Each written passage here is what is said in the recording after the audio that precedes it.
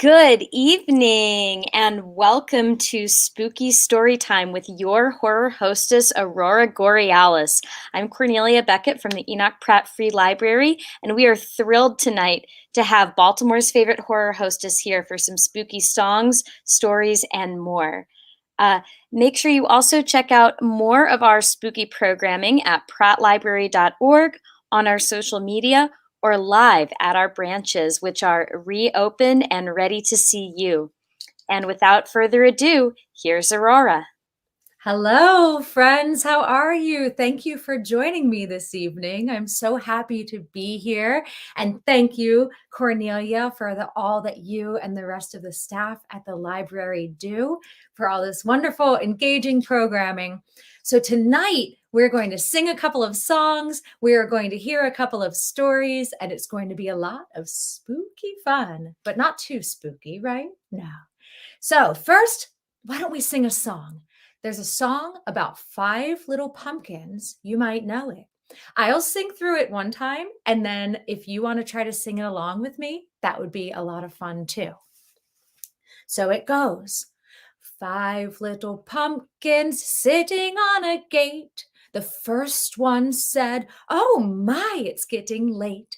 The second one said, "There are witches in the air." The third one said, "But we don't care." The fourth one said, "Let's run and run and run." The fifth one said, "We're ready for some fun." Then whoo went the wind and out went the light, and the 5 little pumpkins rolled out of sight. Do you think you might remember those about the pumpkins? You could at least count along with me if you don't know all the words. Let's do it again. 5 little pumpkins sitting on a gate. The first one said, "Oh my, it's getting late." The second one said, "There are witches in the air." The third one said, "But we don't care." The fourth one said, "Let's run and run and run." The fifth one said, "We're ready for some fun." And then, ooh, went the wind, and out went the light, and the 5 little pumpkins rolled out of sight. I hope you had fun singing that song. We'll sing another one later after some stories. How about that? So let's hear a poem, and then we'll hear a couple of books. So this is a poem about a witch. Very scary. There was an old witch, believe it if you can. She tapped on the windows and she ran, ran, ran. She ran helter-skelter with her toes in the air. Corn stalks were flying from the old witch's hair. Swish goes the broomstick. Meow goes the cat. Plop goes the hop-toad, sitting on her hat. Whee! Chuckled I. What fun! What fun! Halloween night when the old witch runs. That's a fun poem, isn't it? It's very vivid. I think my favorite part might be the toad sitting on her hat. He plops. That's fun. So I have 2 stories for you tonight. And the first one is called Vam Penguin. Let's look at the cover. What do you think that might be about? It's a family of vampires. But then what's in the stroller? That doesn't look quite like a vampire, does it? And I think the title might be a clue too, Vam Penguin. This is written and illustrated by Lucy Ruth Cummins.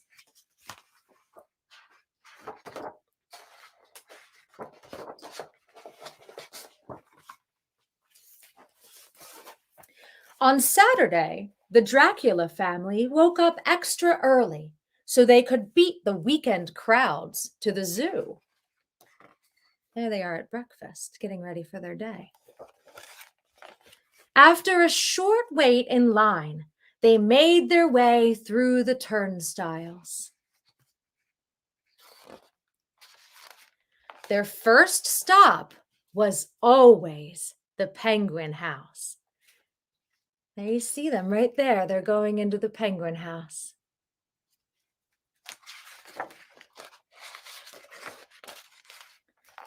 The room was chilly, dark, and full of visitors.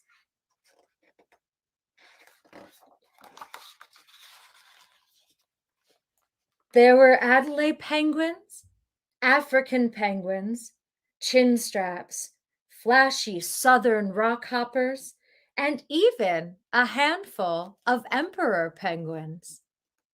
And look at these two. That's the baby Dracula right there. And then that's a baby penguin right there.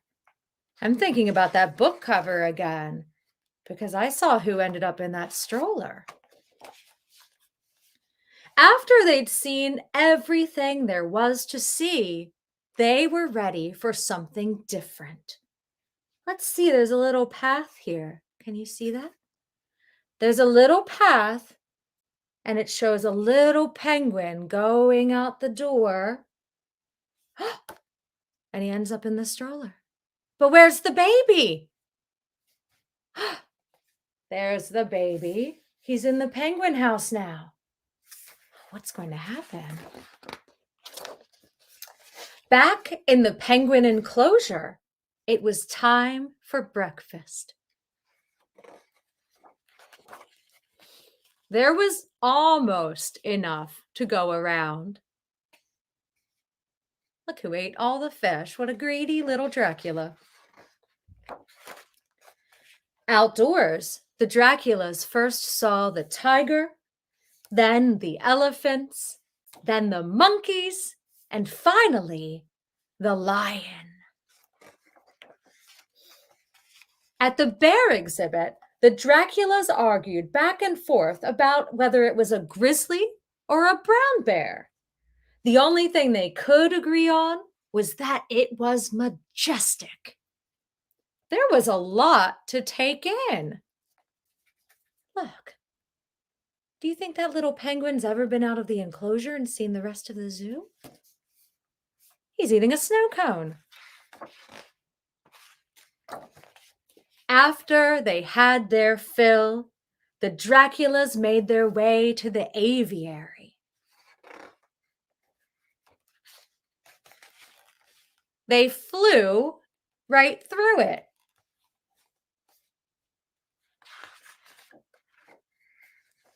This little guy, look, he's saying, shh. As they go through, it looks like the birds are squawking about the mix-up. He doesn't want anyone to know. He's having fun. Back outside, the entire Dracula family was absolutely delighted by the sea lion behavior demonstration. And back at the penguin house, first one penguin made a splash, and another one made an even bigger splash. That's no penguin.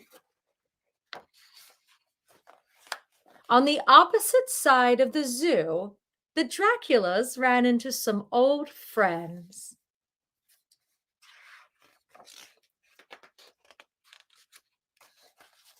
At the penguin exhibit, some respectful children came to quietly observe the penguins. Now look, does it look like they're quietly observing the penguins? They're making faces, aren't they? That's rude. But look who there is. For some reason, they didn't hang around.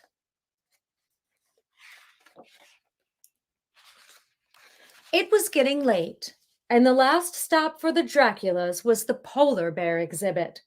They knew they had to get moving if they wanted to beat the evening rush home. Oh, he's saying shh again.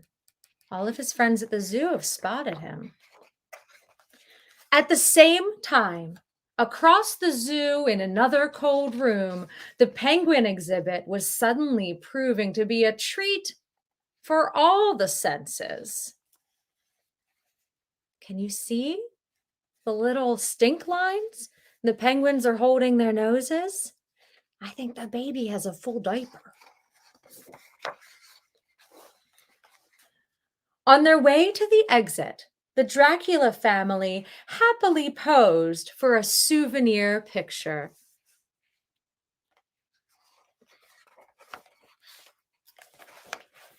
And Junior insisted they stop for a balloon in his favorite color. Oh, there they go. They've both had their big adventures and they're switching back. Off they went.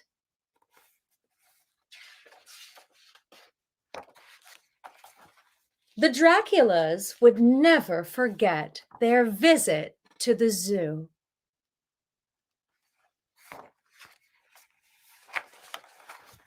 And neither would the penguins.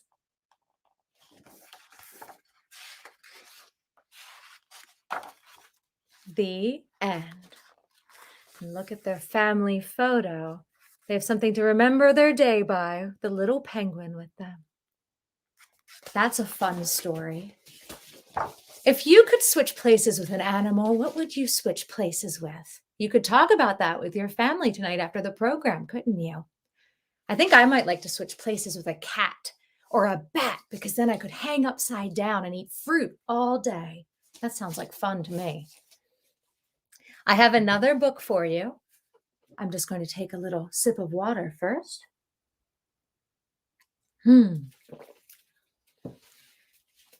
So this next book is called Monster and Son.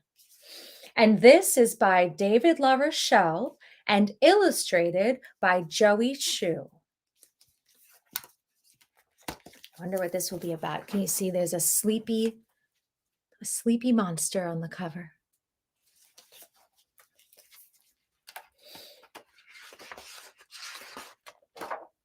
Monster and Son.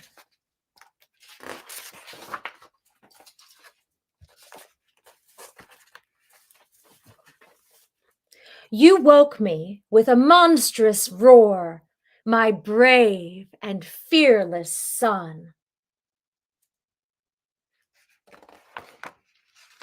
And led the way that filled our day with rough and rowdy fun.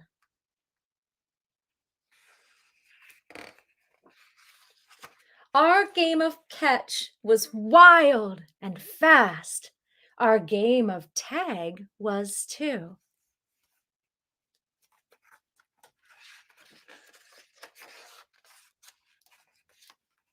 You tackled me in tickle fights, and then I tackled you.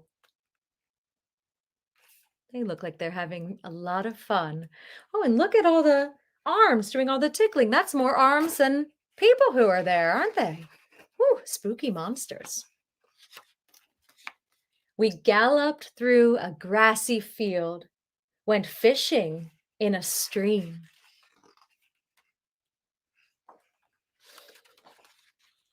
And when it came to making noise, we made a mighty team.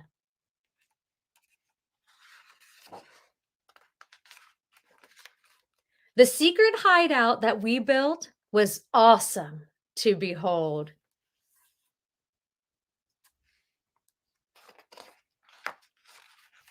My face turned red with laughter from the silly jokes you told. Some dragons. This princess does not look pleased, does she?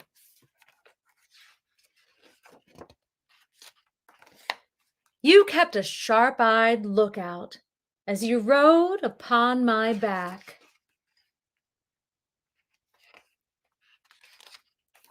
We worked up mammoth appetites and gobbled down a snack.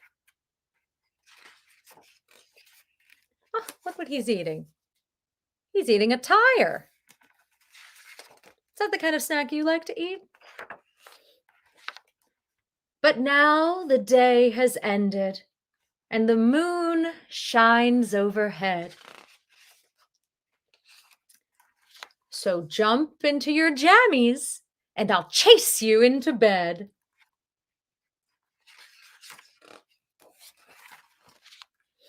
Your fearsome yawns won't frighten me. I'll hug you strong and tight.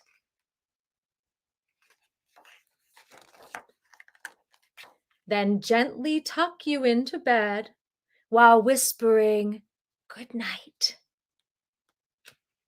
There are the Draculas again from Vam Penguin. The End, Monster and Son. That's a fun bedtime book, isn't it? So nice. It's nice to think about what you do during the day when you go to bed so that you can have some nice memories, isn't it? Well, this has been a lot of fun tonight, and I want to sing one more song with you. This song's a little bit spooky. It's about a ghost. So I'll sing it again one time like we did before, and then if you want to try to sing along, I think that would be a really good time. So this song is called The Ghost of John. Are you ready? Get snuggled in, it's spooky. Have you seen the ghost of John? Long white bones and the rest are gone. Ooh, wouldn't it be chilly with no skin on? So that's it. That's the song. Do you want to try to sing it now too? Let's do it, shall we?